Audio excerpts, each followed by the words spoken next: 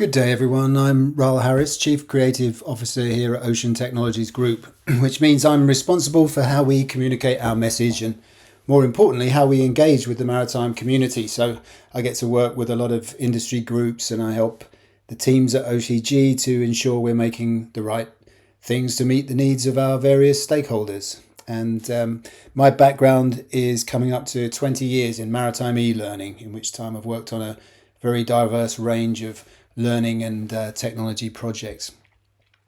So a bit about OTG. We operate across three main areas of human enablement. So learning solutions, also fleet management and crew management software as a service. And if you don't know us, then you probably know some of the brands you see up there.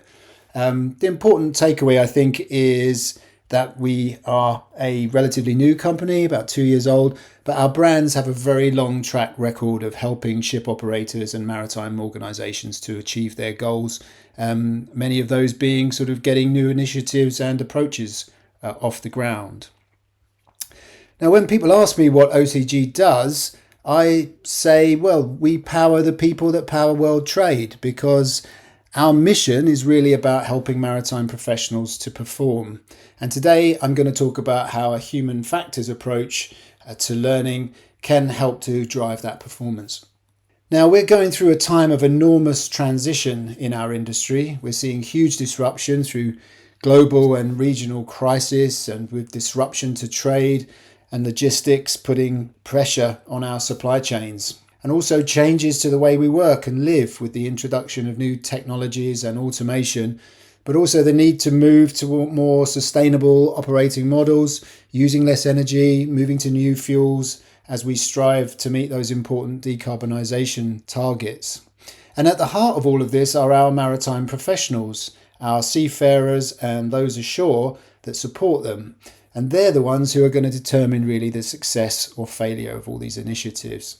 So making sure that they have the right knowledge and skills to perform to the best of their abilities has never been more crucial. And at the same time, we're struggling to find the talent that we need. We already had a shortage of officers before the pandemic, and I think it's worse now. So it's not enough for us to be able to empower our seafarers. We also need to be able to attract and to retain people and create organisations in which they want to work. The importance of the human element is nothing new in our industry, and for a long time it's been seen as the final frontier in risk reduction after various other measures and controls have been introduced. And OCIMF have made this a key area of focus, putting out two significant pieces of guidance under the name Human Factors. The first was the Human Factors Approach document in September 2020, which explain the distinction from the use of the term human element to the broader term human factors. And this importantly takes in not only what a human being might do, the decisions they make, etc., but also the additional factors such as workplace design, systems and processes that might influence those decisions, and in many cases may impede the human's ability to behave as desired. And these were further elaborated on in the document Human Factors Management and Self-Assessment, published the following year, which puts flesh on the bones with KPIs that can be used to measure your performance against. And whilst I appreciate these are designed for the tanker trade, I think all sectors should pay attention because, as I hope you will see, they have great potential to influence human performance. And as ESG and in particular new fuels come into play, all trades will find themselves pursuing that same agenda. I think we can see that coming through with initiatives such as Dry BMS standard, for example. Now, in these documents, it lays out 5 pillars representing the focus areas to reduce risks to cruise ships and terminals. There's leading and shaping the culture you want, well-executed tasks and procedures, well-designed equipment and controls, skills to respond to emerging situations, and learning before and after things go wrong. And each of these comes with a set of KPIs against which you can review your performance. So how can we get on top of these KPIs without overburdening our already overstretched teams at sea and on shore? And for me, the learning and shaping the culture you want pillar is the first in sequence for a reason, because culture is the place to start. I often find myself talking about culture in a number of forums, and it increasingly looks like being key to solving many of the challenges we have as an industry. Culture eats strategy for breakfast is an expression you have no doubt heard, reflecting, of course, if your people aren't on board with your plans, you're going to struggle to deliver them. But it's also a phrase that resonates in an uncertain world in which plans are subject to change and tactical decision making is required. You also hear it said that culture is what people do when no one is looking. I think we all understand that one, but with a remote workforce, that becomes crucially important. So we need to think how we'll get people to want to do the right things. And when they share our values, it shapes behaviour more effectively than it does through enforced rules. But when it comes to communicating and fostering our culture, we have some unique challenges as an industry. We're operating with an internationally, culturally diverse workforce, working remotely and in teams that are frequently changing personnel. There's different crewing models, employment regulations, and all of these act as a barrier when we're communicating a consistent message and trying to foster that feeling of belonging. And building your culture really starts with your values, and often the simplest ideas are the best. At one of our seminars recently at Posidonia, we debated this and everyone agreed that it really needs to come from the top. So simple ideas like using a rapid e-learning authoring tool to quickly convert videos and documents into a piece of content allows you to take, for example, a message from the leadership team and get it out to the whole organisation through your learning platform. Communication isn't one way, of course, and the human factors approach is very clear on the need to listen to the workforce. And look at this quote: "The company gathers information from the front line and provides structured feedback on systems, conditions and tasks." So using something like a pulse survey tool embedded in the learning management system makes it really easy to capture feedback and is really key to understanding the employee experience. Understanding how people are thinking and the reality of what's happening in your organisation is essential to building the right culture. Every ship has a microculture of its own, of course, which is to be expected, but we also need to build consistency and to try and create good working environments across the board. So think about how you can build that into your learning strategy. E-learning isn't just suitable for safety and compliance training. It can be used to help you build a culture of care involving well-being, diversity, leadership, bullying and harassment.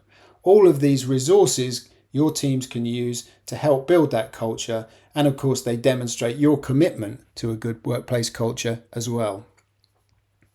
And training is of course a key part of driving human performance and is identified in that second pillar, well executed tasks and procedures. But it also represents a broader investment in people, which is another key ingredient of building good workplace culture.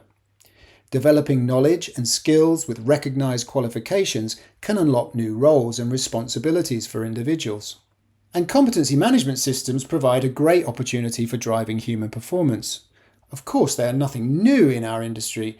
We know they are key to measuring improvement and for demonstrating that improvement to third parties in TMSA and so on. But the HR benefits of competency management systems are often overlooked. They're a great way of facilitating transparent, clear career progression and enabling succession planning. They also encourage accountability and create opportunities for mentoring. And I think that's why we're seeing people like Intertanko and OCIMF and IMEC all building out new competency frameworks. Many organisations are also implementing competency management for their shore team as well, and I think that's something we're going to see more and more of. And lastly, they not only build competence, they also help build culture. Competency frameworks offer a structured approach to managing, appraising and improving performance by reinforcing values and encouraging a common culture. That from the Intertanko OCIMF BCAV document. Now, building and assessing competencies and skills means we need to create more opportunities for people to demonstrate that they can apply their knowledge in real-world scenarios. Coming back to the human factors pillars and the skills to respond to emerging situations, the Level 3 KPI specifies the company uses scenario-based exercises to assess the effectiveness of training for safety-critical activities. By leveraging gaming technology and mechanics, and of course cloud simulation such as we do through our partnership with Wärtsilä, we have the ability to integrate pre-canned and customized simulator exercises into the learning and assessment process. And that gives us a much richer picture of how our people are performing. It allows us to examine behaviour and to see how people react to unforeseen circumstances. I've not really been able to give you more than a pen sketch of how taking a human factors approach to learning strategy can help you to drive performance. There's a lot more that we didn't touch on, but here's some key takeaways. People are key to delivering the transformation we need in our industry. The human factors approach offers considerable benefits to ship operators, not just tanker operators. All trades will benefit, I believe. Culture is key. Be creative in how you communicate it and think about how to get your message to your people. Understand the employee experience, the pulse survey. Make sure your messages are landing. Hear what's actually going on out there. Invest in people. Training, education, building skills, competency frameworks and career plans, all that good stuff. And create opportunities to apply knowledge. Whether that's real world, games, simulations, take advantage of these advances in technology to learn more about your people and what they're capable of. Well, I hope you found that interesting. And if you're taking a human factors approach, I'd love to hear what you're doing. But for now, thanks for listening.